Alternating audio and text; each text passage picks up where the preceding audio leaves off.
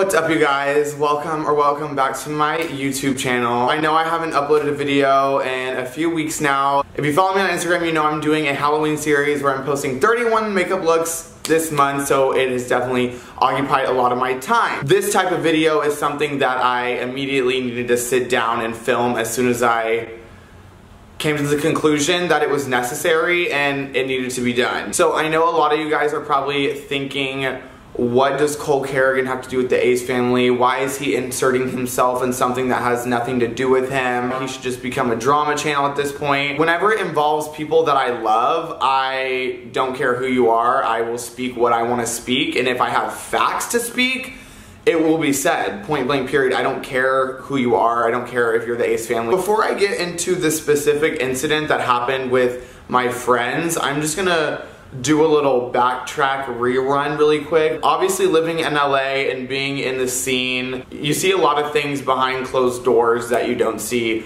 on camera. It was kind of weird that Catherine wasn't at Austin's birthday party. I thought it was weird that I saw him out at clubs multiple times without Catherine. That's none of my business, whatever. Not that big of a deal. So a few months ago, June 22nd to be exact, I was still living in the Team 10 house and I got a call from one of my good friends. She was hysterically crying. I've never heard anyone feel so distraught in my life. I was so scared, and she began to explain to me that she was in Miami with Austin Mcbroom and a bunch of other people, including his assistant, his dad, security guards, other girls. XYZ happened. I'll get into that. So when I saw this tweet going around of Austin and Catherine working in a restaurant or whatever, I saw a lot of people's reactions and how upset people were because they thought that they were some perfect, happy family. I thought this whole time that everybody knew that it was bullshit and a lie. That's why I kind of just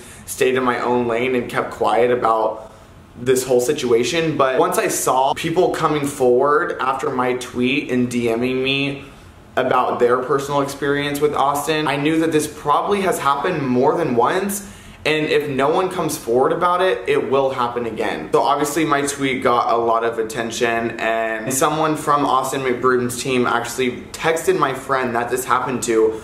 I'll put the screenshot right here.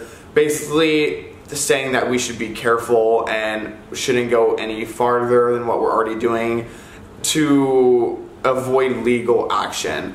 And I proceeded to tell her, they're just trying to scare you. I just went through this exact same thing, so I'm not scared. I also did sign an NDA, and I also don't tolerate the shit that has happened to my friend. So with that being said, I told her to ignore that message because what needs to be said is going to be said regardless, and if I need to say it, I'll do it because I didn't sign an NDA. Come arrest me. So after that tweet, Keemstar, aka Drama Alert, reached out to me through DM saying to give him a call whenever I could. So I called him and he basically asked me what was going on, what happened, why I tweeted that, and the story behind it. I basically gave him a small rundown of what happened, and he proceeded to ask me if he could reach out to my friend that it happened to and get her to speak so he could put a video together. He was asking me all sorts of questions, so I knew that he was already recording me to probably add to his video. So after we hung up, I talked to her and I just told her really how much she would be helping other girls, and not only herself and getting justice for herself, but helping other people in the future from this happening. I kind of convinced her to talk to him. Whenever I did, he kind of went ghost, and at this point I just thought that maybe he had gotten everything that he needed, so in the morning everything would be cleared and the truth would be out and we wouldn't have to deal with this anymore. So we kind of just stayed low because we saw a bunch of tweets about people already knowing that he was uploading a video the next day about the situation, so we kind of were just like not worried, and we were just gonna kind of let it unfold that way so we didn't have to insert ourselves where it wasn't needed. The next day came and he didn't tweet anything, he didn't upload anything, so I texted him saying, how much did they pay you to keep quiet? And he responded with this, and I was completely shocked. I immediately called my friend and told her that he was paid off $500,000 to keep quiet about the situation,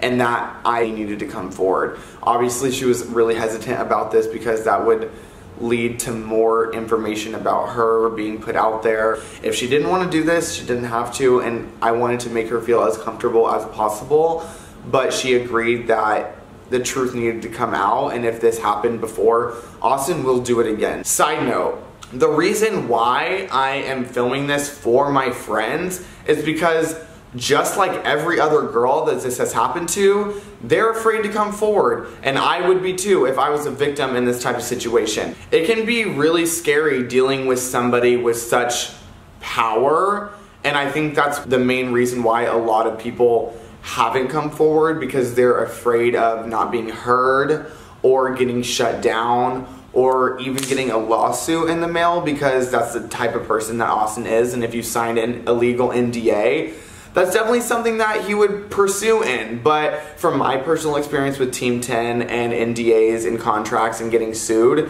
when it comes to a crime like rape, NDAs don't fucking matter. But I'm respecting my friend's wishes because she is too ashamed and embarrassed that she doesn't want to show her face and admit that on camera to millions of people to see. And that's why I'm here to do that for her, because there is no way that I can move on knowing that this shit is happening behind closed doors with a father of 2. It's just, it blows my mind. With that being said, I'm just not going to hold back at all. My friend sent me every screenshot and receipt that I need. It's in your hands to decide what you want to do with that. One of my friends was texting back and forth with Austin about their trip to Miami and what girls that she should bring with her for him. I'm going to put up the screenshots right here of her sending pictures of the girl to Austin and him replying with that. Here's another one. Here is another one.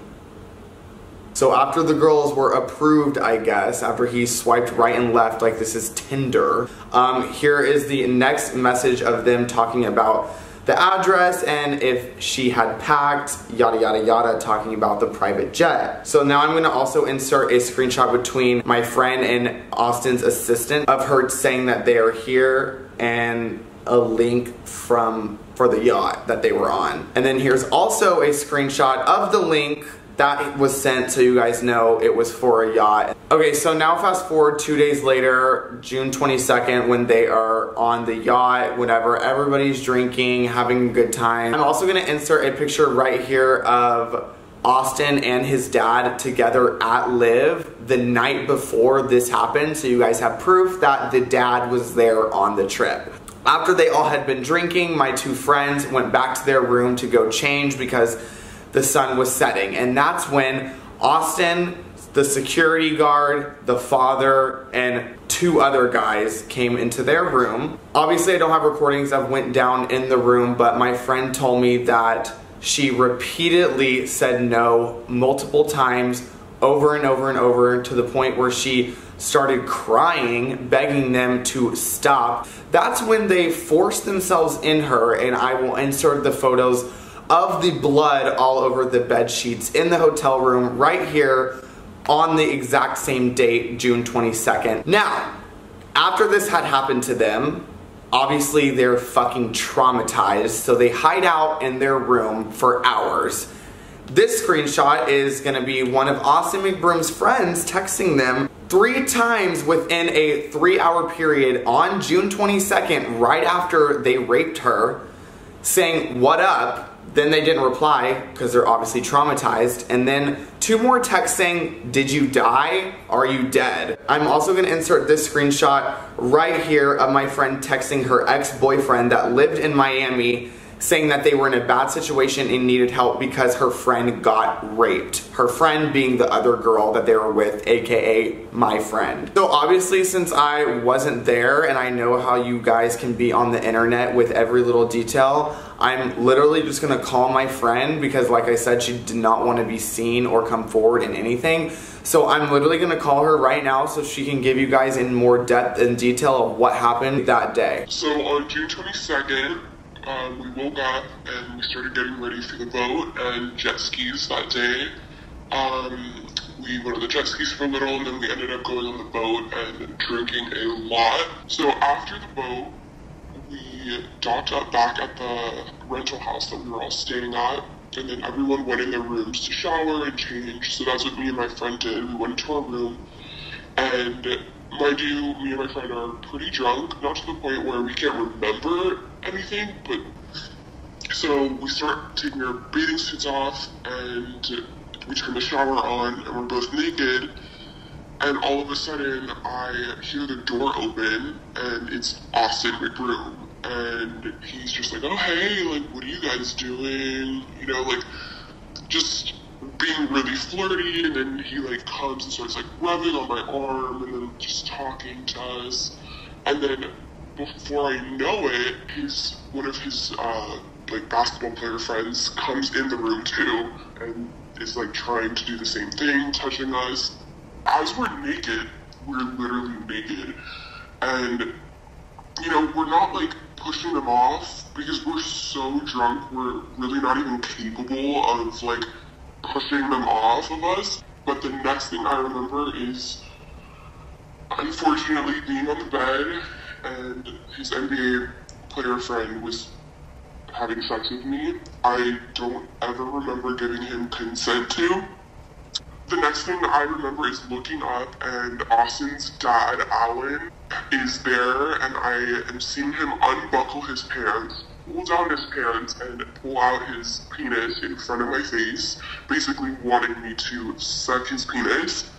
I remember that I did not, because Austin's security guard ended up walking in after the dad walked in, and at that point I remember just getting up from the bed and walking into the bathroom to see what was up to, and all of a sudden I hear her yelling no and screaming and crying, and all of the guys start rushing out of the room because my friend is literally hysterical, crying, sobbing, and she's just sitting in the shower. And then after that, we just got in bed and we were just crying for the rest of the night. We didn't come out of our room for hours. We were disgusted, ashamed. Like, we were in the dark the rest of the night. We couldn't even get up. So when I finally got up to turn on the lights, I realized that there was blood all over the bed, and neither of us had our periods, so we knew it wasn't from that. It was because they forced it into my friend. I remember when she was in the shower, because that's when she's called me hysterically crying and explained to me what happened with. So after that, we just did not come out of our rooms for the rest of the night, not even the next morning, until we had our flights booked by his assistant again. And we packed our bags. We said goodbye to all of them. It was the awkwardest experience I've ever had, because they know what happened the night prior was wrong. So it was just a really awkward goodbye, and then we just rushed out and we left. Alright, well, I love you. I'll call you after I'm done filming this, but thank you for explaining to me what happened again. I'll talk to you later. Okay, so now that you literally have the point of view from somebody who was actually there, that is enough proof, and I really don't need to provide anything else for you to see that Austin, his dad, his whole security team are pieces of shit. And these are not people that should be given all this crazy amount of success. I can't live with knowing that this type of person who's doing these things to people is just like winning at life, literally having everything just handed to them, money, fame, da-da-da-da. But I'm just gonna leave that at that, because that's a whole nother conversation. I hate knowing that something this serious could put an end to the Ace family or such a loved group of people. Like, I don't want to be that person, and that's not what I'm here to do. I don't want to split up a family.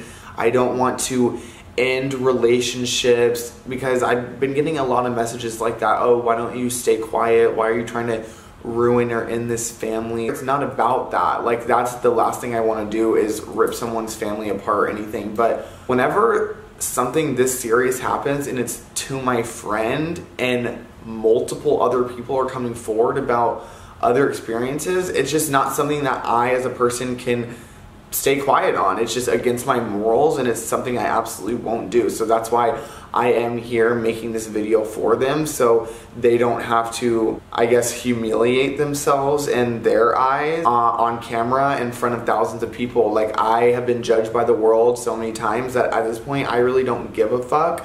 This is literally just to bring awareness to people who are in a similar situation, that it's okay and it happens and you're not alone. So I hope you guys take something from this, that not everything is what it seems to be online. A lot of dark, scary shit goes on behind closed doors, especially in LA. But I'm gonna stop inserting my opinion because this was a factual video only. So I'm just gonna shut it and leave it at that. I don't really know how to end a video like this, but I love you guys. Thank you for watching, and have a good night.